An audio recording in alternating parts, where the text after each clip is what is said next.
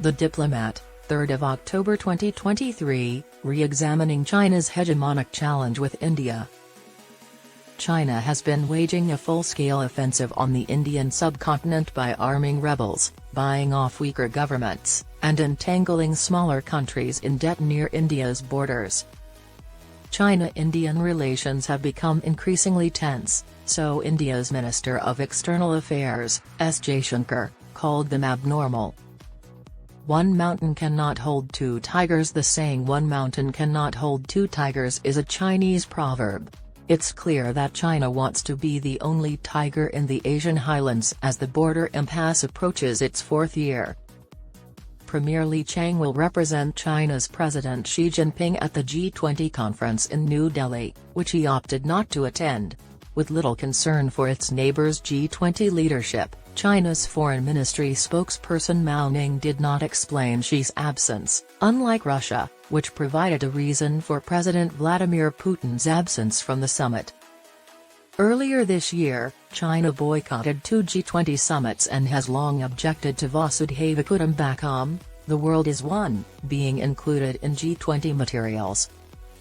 Normalization of relations has been hampered by several issues, including the United States' involvement, the Chinese occupation of Tibet, the disputed boundary, and China's self-perception of India. Part of the reason for Sino-Indian conflict stems from Beijing's view of itself as the hegemonic Middle Kingdom, with barbarians surrounding it and itself as the epicenter of civilization. As a result, other cultures, including Indian culture, have been neglected. This is demonstrated by China's official and historical unwillingness to recognize the cultural contributions of Buddhism and Sanskrit from ancient India. This disdain goes back to before the People's Republic of China was established. Born in 1893, Li Qiang was a Neo-Confucian philosopher who argued that the only way for China to revive would be to eliminate Indian influence. Similarly, Hu Xi, a prominent member of the May 4th movement and a Chinese diplomat and scholar, linked the perceived Indianization of China to China's vulnerability to Japanese aggression. China's false sense of superiority is still ingrained in its thinking, which may be why it objected to India's use of the Sanskrit term Vasudhaiva Kutumbakam in G20 protocols. Views of India's magnificence and its enormous impact on China. China's opinion of India is contradictory. It views the latter as inferior and undeserving of rising to the status of a mighty regional power, let alone a world power. On Chinese social networking sites like Weibo, Indians are mocked as clowns. Beijing, however, also sees India as a possible rival because of India's vast material resources and quickly expanding economy. Past bilateral interactions reveal this inconsistent assessment of New Delhi. China generally disregards Indian sensibilities. For example, in 1979, shortly after the visit of Indian Foreign Minister Vajpayee to China, China attacked Vietnam. A week before Indian Prime Minister Narendra Modi received Chinese counterpart Xi Jinping on his 64th birthday, China launched its foray into Chumar in Ladakh. Despite the People's Liberation Army, PLA, having created backup plans for India's nuclear weapons program, China has been unwilling to acknowledge India as a nuclear state and to engage in nuclear weapons talks with India since the country's atomic tests in May 1998 and 1974. It suggests that China is unwilling to acknowledge that India is actively working on developing nuclear weapons and to give it the status of a nuclear weapons power. Beijing has become more determined to thwart India's progress, even if it means launching regular border incursions, as a result of realizing that India has the potential to become an economic rival to China.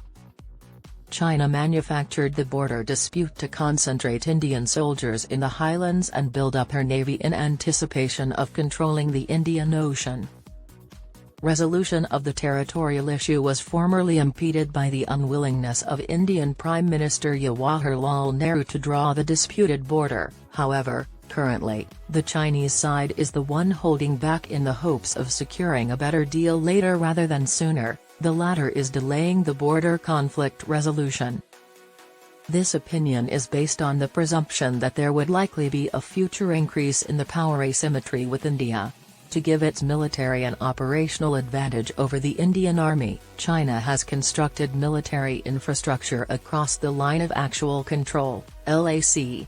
In addition, China has routinely broken bilateral border agreements, such as the 1993 Border Peace and Tranquility Agreement. Since the PLA troops crossed into the Indian side of the line of actual control, LAC, in April 2020, armed with heavy weaponry, the border issue has become more complex.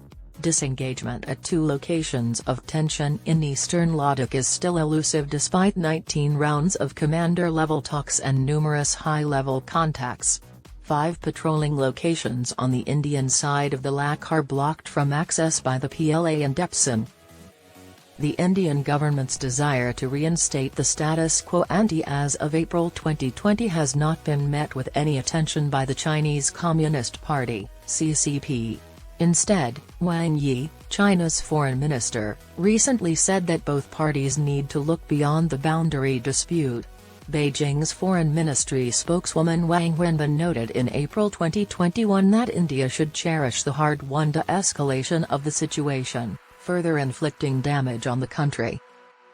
China's aggressiveness can be linked to the post-Galwan discourse that prevailed in the nation when a segment of the Chinese strategic community promoted Maoist doctrine to resolve the border conflict. This philosophy uses coercion to obtain cooperation. This school of thought's proponents point to the Sino-Indian border war of 1962 as an instance that resulted in permanent peace for China. The argument favoring an aggressive strategy stems from the idea that India's rising prominence internationally may encourage it to take a more assertive stance on bilateral matters. China's attitude toward India suggests that it doesn't care much about upholding the status quo at the border or about India's sensitivities. Factor: Chinese illegally occupied Tibet. Given that China's demand for a resolution to the territorial issue is that Tibet remains firmly under its diminishing political authority, its aggression along India's border should be interpreted in light of the Tibet Factor. Since the Dalai Lama fled Tibet in 1959 following the PLA's conquest of the region, India has taken in the exiled leader as a separatist, posing a security risk to China. Within the CCP, the Dalai Lama's demand for Tibet's autonomy is viewed as separatist.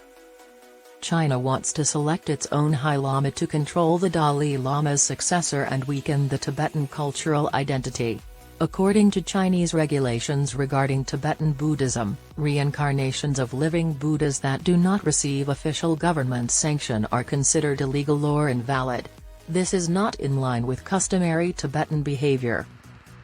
Naturally, the Dalai Lama's reincarnation would be born in India if he passed away while still a refugee, which is most likely the case. In that instance, Beijing's new policy instructions, which aim to eradicate Tibetan identity and appropriate the community systemically, would not only force India to hand over the Dalai Lama's selected successor, but they would also be able to declare them invalid. This hypothetical situation may provide India with serious challenges. China is already miffed at India for its Tibet policy. It has strained bilateral relations by allowing India to host the Tibetan government in exile and actively promote free Tibet movements. The United States' role. While China has historically used India's Western connections as a source of friction in bilateral relations with the United States, the U.S. now plays a far more significant role in continuing Sino-Indian hostilities. China fears that Washington, as part of the American Indo-Pacific strategy, is using India to undermine its interests and believes an alliance between the two countries will emerge. Since the return of Quad in 2017 and especially following the June 2020 Galwan clash, this way of thinking has solidified. Beijing, which sees the two countries' defense cooperation as a security threat, is nevertheless wary of the growing amity between India and the United States. The Pentagon reported to the U.S. Congress in November 2022 that China attempted to minimize the severity of the Galwan standoff to prevent border tensions from pressuring India to become a more vital partner of Washington. Indeed, aggressive Chinese representatives even warned their American counterparts not to interfere in Beijing's relations with India. With greater India-US security cooperation in the wake of the Galwan standoff, this sentiment gained traction in China. To support India in countering China's border aggression, the U.S. has irritated China once more by conducting joint military exercises with India approximately 100 kilometers from the disputed boundary and providing previously unheard-of levels of real-time intelligence and surveillance equipment. Beijing thinks that providing India with defensive assistance from the United States would only exacerbate Sino-Indian relations and make the border dispute more complicated. Concluding remarks regarding handling an assertive and dominant China. Despite significant economic ties and international agreements, relations between China and India have historically been tense. Given the stark power imbalance, shared topography, strategic differences, and escalating Chinese aggression, links appear to be deteriorating. India faces a dual-domain threat as China begins its new Great Struggle era to realize the ideal of national rejuvenation. The leadership's primary goal is military modernization, steadily increasing India's naval presence in the Indian Ocean. This means that India's multifaceted approach needs to be revitalized. It entails keeping a robust military posture at the border, balancing externally with like-minded allies, notably on the South China Sea maritime front, and engaging in back-channel diplomacy.